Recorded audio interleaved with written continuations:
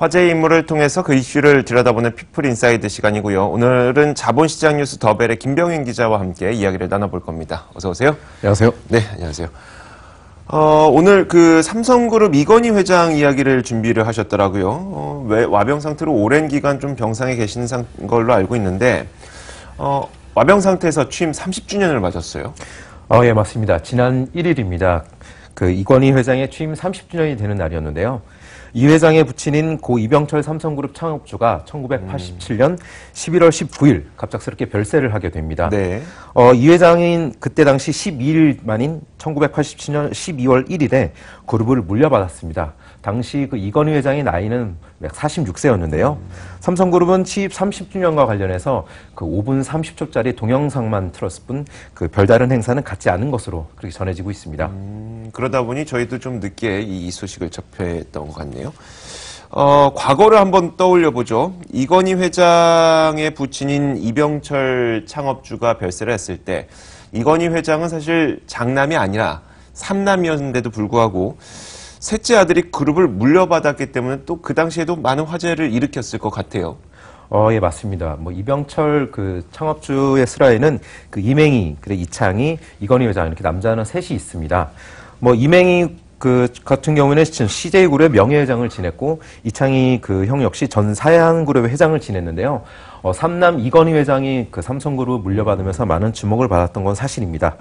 이건희 회장이 그 형 2명을 제치고 그룹 물려받은 걸 두고는 상당히 다양한 평가가 많이 나오고 있는데요. 무엇보다도 이 창업주가 이건희 회장의 경영 능력과 그다음에 추진력 등을 높이 샀다는 평가가 많이 나오고 있습니다. 네.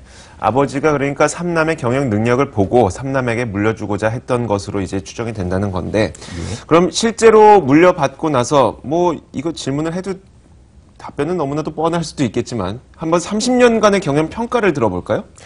예, 말씀하신 대로 뻔한 평가일 수도 있겠지만 삼성그룹이 인지도를 많이 쌓았고 그 글로벌 기업으로 성장했다는 건 많은 분들이 느끼실 수 있을 겁니다. 특히 스마트폰 그 갤럭시 브랜드의 약진은 가장 많은 사람들 사이에서도 익히 알려진 사실로 그렇게 받아들여지고 있는데요. 이 회장이 그룹을 물려받았을 때, 그러니까 1987년 당시 삼성그룹은 국내에서도 1, 2위를 다투던 기업이었습니다. 인지도도 대단했는데요. 네네. 하지만 글로벌 시장, 해외 시장에서의 인지도는 그렇게 높지 않았습니다. 이 회장 체제 아래서 전 세계로 뻗어나간 점이 가장 큰 성과로 꼽히는데요. 이는 수치로도 잘 파악이 되고 있습니다. 삼성그룹의 16개 상장사 시가총액은 올 상반기 말 기준 약 416조가 넘습니다. 특히 주력 계열사인 삼성전자 경우에는 시가총액이 318조에 달하는데요. 삼성그룹 계열사의 시가총액은 이 회장의 체제 아래서 약 300배 이상으로 그렇게 높이 성장했습니다. 삼성이라는 브랜드 가치 역시 글로벌 6위에 오르면서 상당히 인지도를 전 세계적으로 구축했다. 그런 평가를 많이 받고 있습니다. 원래 물려받을 때부터 우리나라에서는 1, 2위를 하는 기업이었기 때문에 우리나라에서의 약진보다는 해외에서 얼마나 이름을 많이 떨쳤느냐가 중요할 텐데 해외에서도 참 국위선양을 하는 모습을 많이 보였던 것도 사실이죠. 예. 이건희 회장 하면은 아시는 분들 다 아시겠지만 떠오르는 에피소드나 이런 것들 일화도 많이 있을 것 같아요. 그간 30년 동안요. 예, 맞습니다. 가장 많이 언급되는 것 중에 하나가 휴대전화 화형식, 그렇게 불리고 있는 게 가장 유명한 일화인데요. 이 회장은 1995년 그 가정용 무선 전화기 15만 대를 쌓아놓고, 불태운 바가 있습니다. 당시에는 이를 두고 굉장히 많은 화제가 일어났는데요. 그 품질 경영을 강조한 이 회장이 그렇게 한 일입니다. 네. 품질을 가장 우선시하는 그런 경영 철학을 대내적으로 선포한 그런 일화로 알려졌는데요. 이외에도 회자되고 있는 말들이 많습니다. 마누라와 자식을 빼고 다 바꿔라 이런 건데요. 이 회장은 취임과 동시에 신경영 이런 철학을 많이 알리면서 선진 경영 시스템과 조직 문화 도입에 열을 올렸습니다. 이런 일련의 경영 철학이 많이 반영되고 있다. 이렇게 평가되고 있습니다. 네. 사실 스포츠 분야에서도 이건희 회장의 활약이 꽤 눈에 띄었었어요. 여러 가지 활동도 하셨고요. 어떤 것들을 했었죠? 맞습니다. 이 회장은 그 글로벌 중에 그 스포츠 대회에서도 많이 활동을 했는데요. 가장 최근에는 국제올림픽위원 그리고 평창 동계올림픽 조직위원회 고문 등을 맡았었습니다. 네네. 이런 왕성한 활동은 이 회장이 스포츠를 좋아하기 때문에 그런 활동과도 좀 직결이 많이 되고 있는데요. 이 회장은 고등학교 때 레슬링부 선수를 활동하면서 전국대회에서 입상한 이력도 있는 것으로 전해지고 있습니다. 그런가요? 예, 이러한 이력이 스포츠 대내 활동으로도 많은 영향을 미쳤다. 이런 평가가 나오고 있습니다. 네. 또 기업이 이제 스포츠 경기에서 스폰을 하게 된다면 또 어떤 위치를 갖고 스폰을 하게 된다면 그게 또 브랜드 인지도를 쌓는데 큰 도움도 되기도 하니까요. 여러 가지 측면들이 있어요. 이렇게 좋은 측면도 있었지만 분명히 어두운 것들도 있을 겁니다. 이 회장이 그 30년 동안 경영을 하면서 말이 많았던 사건들도 몇 가지 있었어요. 예, 맞습니다. 뭐 가장 많이 알려진 거는 2008년 그 세금 포탈 그 혐의가 있는데요. 네. 이 사건은 이 회장의 경영 생명까지 위협했던 것으로 좀 알려져 있고, 당시에 그 이건희 회장이 대국민 사과를 발표한 그 사건입니다. 이 회장은 당시 세금 포탈 혐의가 드러나면서 그 사과문과 함께 경영 쇄신안을 발표하고 세금을 모두 납부하겠다 이렇게 밝혔습니다. 당시 이 회장은 징역 3년과 집행유예 4년 그리고 벌금 1,100억 원을 선고받았는데요. 이것 때문에 일선에서 물러났지만, 경영 일선에서 물러났지만 2009년 12월에 대통령 특별 단독 사면을 받고 네. 이듬해 삼성전자 회장으로 경영 일선에 다시 복귀했습니다. 당시 이 회장은 조세 포탈 수단으로 지적받은 그 차명 계좌를 실명으로 전환하겠다 이렇게 밝힌 바 있는데요. 네. 하지만 그 최근의 조사 결과에 따르면 그 64개의 은행 계좌 중 1개만이, 그리고 900여 개가 넘는 그 증권 계좌 중에서는 아직 실명 전환이 없는 것으로 나타났습니다. 네. 삼성이라는 그룹을 보면서 아쉬움을 많이 가지시는 분들은 자동차 쪽에서 조금 더 두각을 드러냈으면 좋았을 텐데 라는 생각을 많이 하실 거예요. 그래도 뭐 상용차 부문에서는 그래도 삼성이 좀 두각을 나타냈던 것 같은데 승용차 부문에서는 좀 아쉬웠어요. 예, 맞습니다. 이건희 회장의 그 발자취 중 아쉬운 부분이 그 자동차 부분 역시 네네. 그걸 꼽히고 있습니다. 이 회장은 취임 초기부터 자동차 사업에 좀 열을 많이 올렸던 것으로 밝혀졌습니다. 취임과 동시에 그 비서실을 통해서 자동차 사업 진출을 많이 알아봐라 이렇게 하는 것으로 좀 알려졌는데요.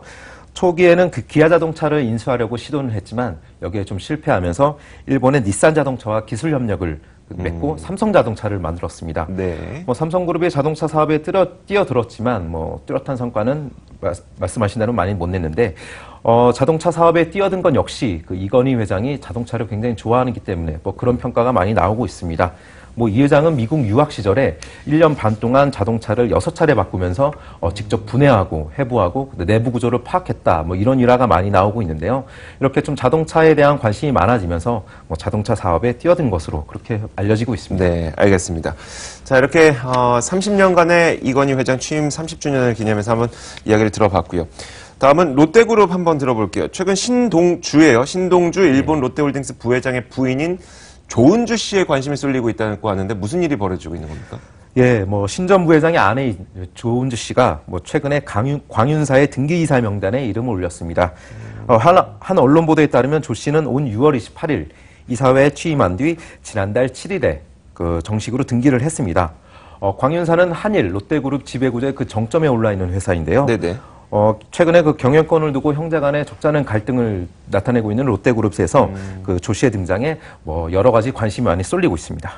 등기사의 이름을 올린 게 누군가를 대체한 겁니까? 아니면 새로 생긴 겁니까?